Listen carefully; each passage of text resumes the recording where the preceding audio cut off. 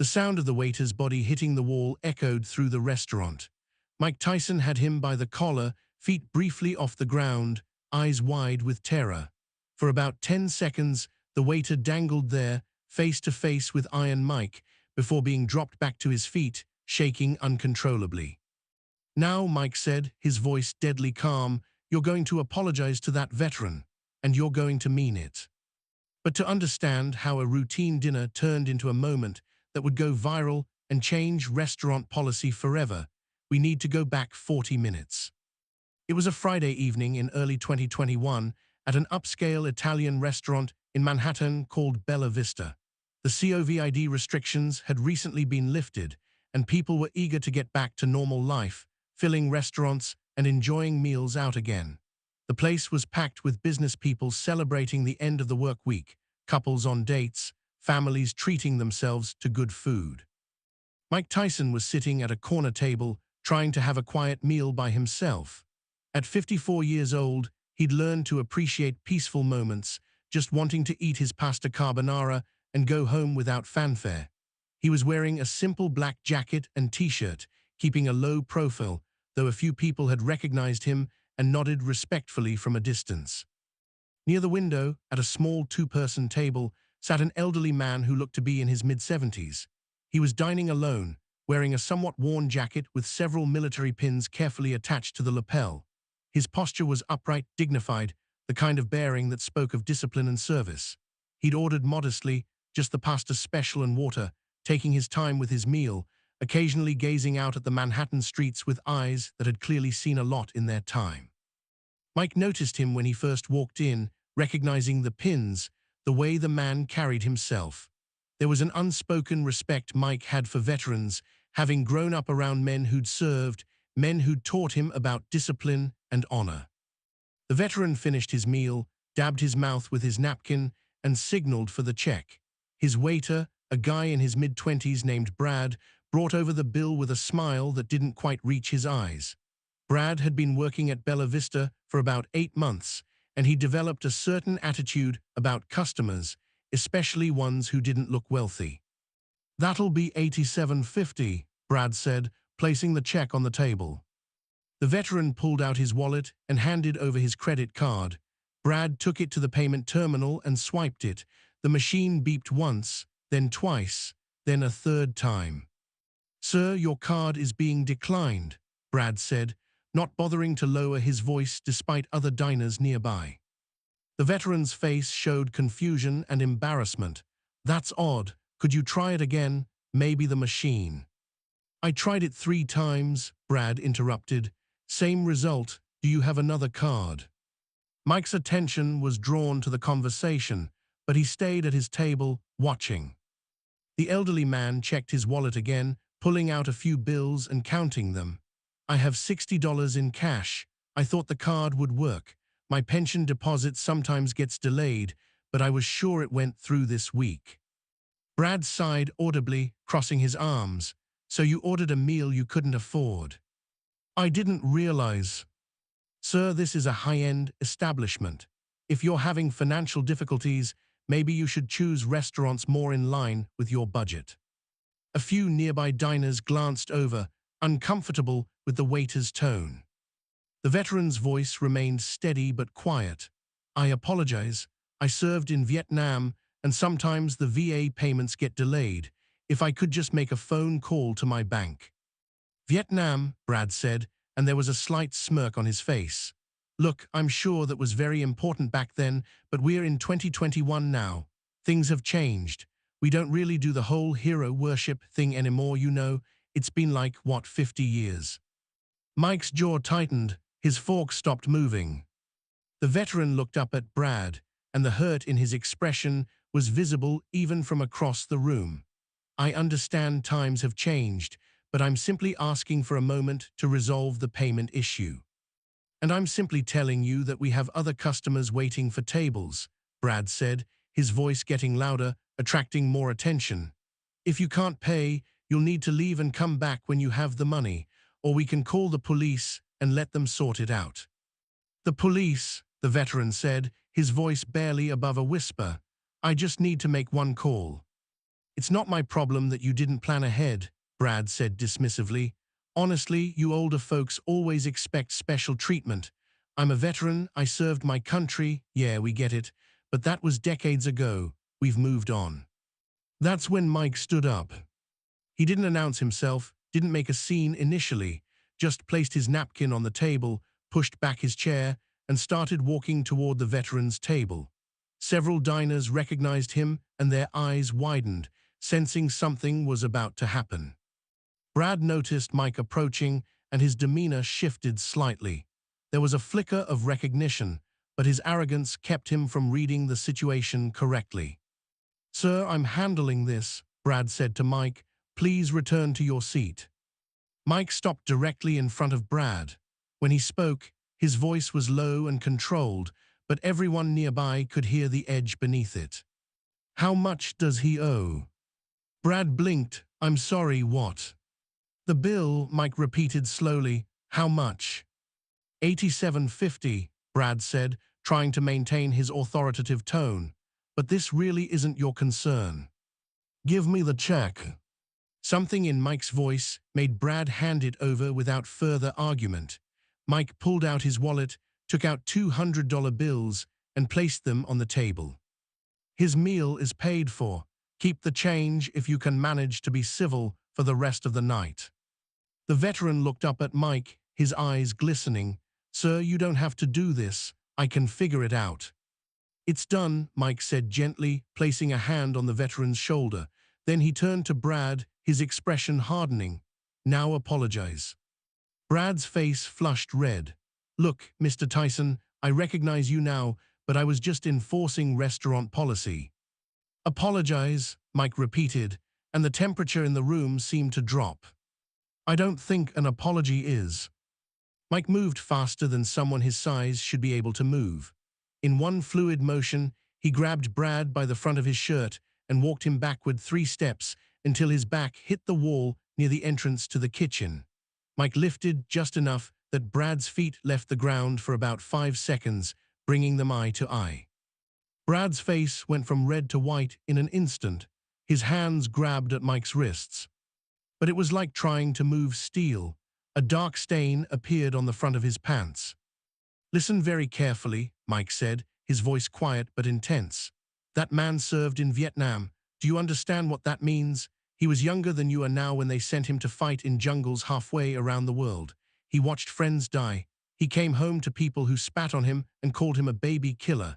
And he still wears those pins with pride because he knows what duty means." Brad tried to speak, but only a whimper came out.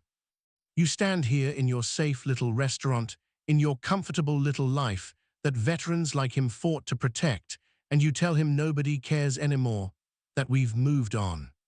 Mike set Brad back on his feet, but kept his grip on his collar. Brad's legs were shaking so badly he could barely stand. "I'm sorry," Brad gasped. "I'm so sorry." "Tell him," Mike said, gesturing to the veteran, "and mean it." Brad turned to face the elderly man, tears streaming down his face. "Sir, I'm deeply sorry for how I treated you. You deserved respect, and I gave you disrespect.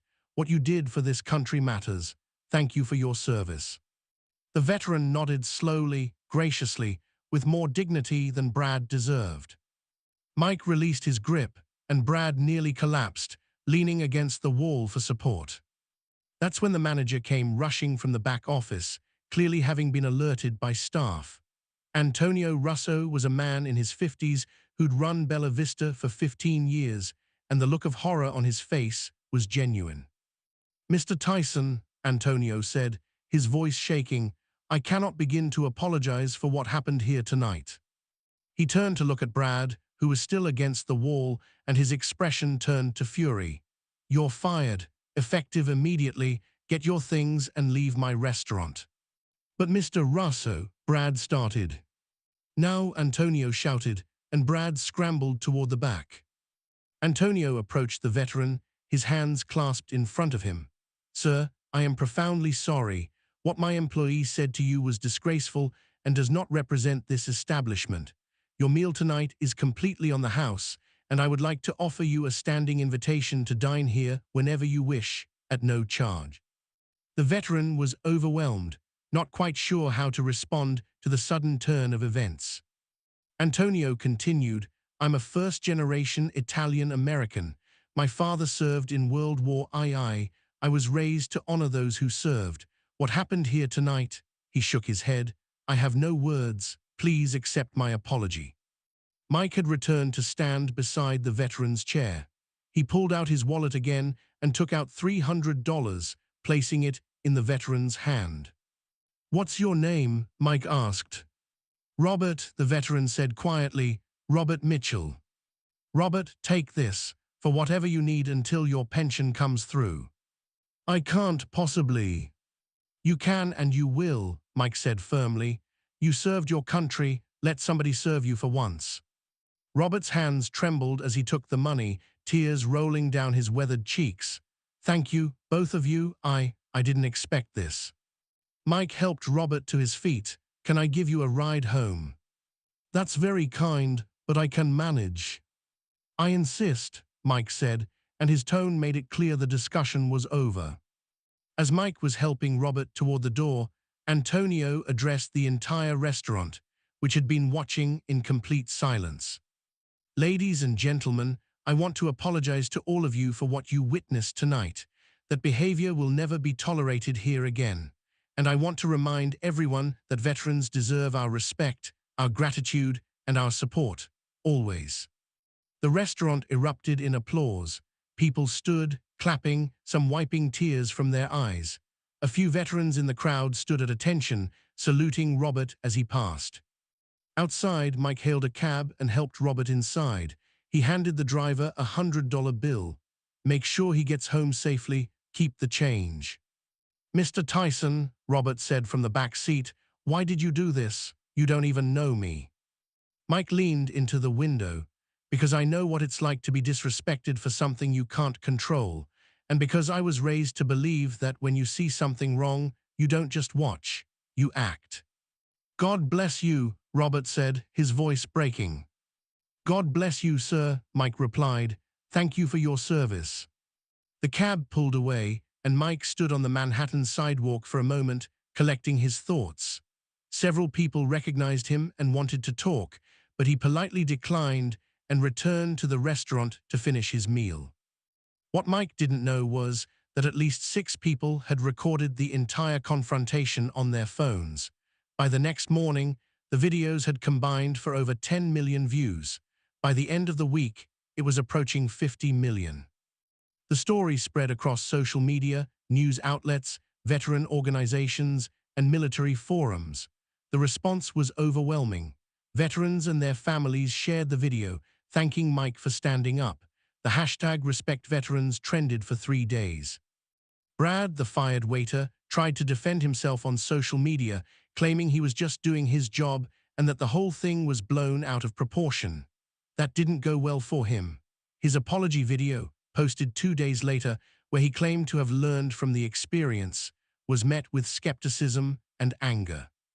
Bella Vista, meanwhile, implemented mandatory training for all staff on treating veterans with respect. Antonio Russo personally reached out to veteran organizations in the area, offering free meals on Veterans Day and creating a permanent discount program. But the most impactful response came from Robert Mitchell himself. His daughter posted on Facebook, "That's my father in the video. He called me that night, crying, not because of what the waiter said, but because Mike Tyson reminded him that his sacrifice still matters. Thank you, Mr. Tyson, for giving my dad his dignity back." The post was shared hundreds of thousands of times. Mike never did interviews about the incident. When reporters tried to reach him for comment, his response was simple: "A veteran was being disrespected. I had the ability to stop it. That's all there is to it." But for those who were there that night, and for the millions who watched the video, it was much more than that. It was a reminder that respect isn't optional, that service deserves recognition, and that sometimes all it takes is one person willing to stand up and say, "Enough." 3 months later, Mike received a letter. It was from Robert Mitchell, written in shaky handwriting but with clear intent. "Dear Mr. Tyson, I wanted you to know that what you did for me that night changed my life. I had been feeling invisible, forgotten, like maybe that waiter was right and my service didn't matter anymore. You reminded me that it does. You reminded me that I matter. I've told this story to everyone who will listen, not because I want attention, but because I want them to know that there are still good people in this world, people like you who see wrong and make it right. I pray God blesses you every day for the rest of your life. With deepest gratitude. Robert Mitchell, Vietnam veteran, U.S. Army.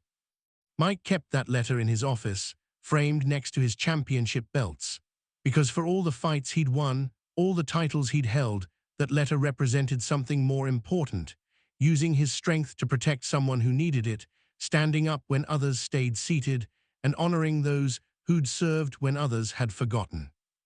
That's the real story of what happened that night at Bella Vista.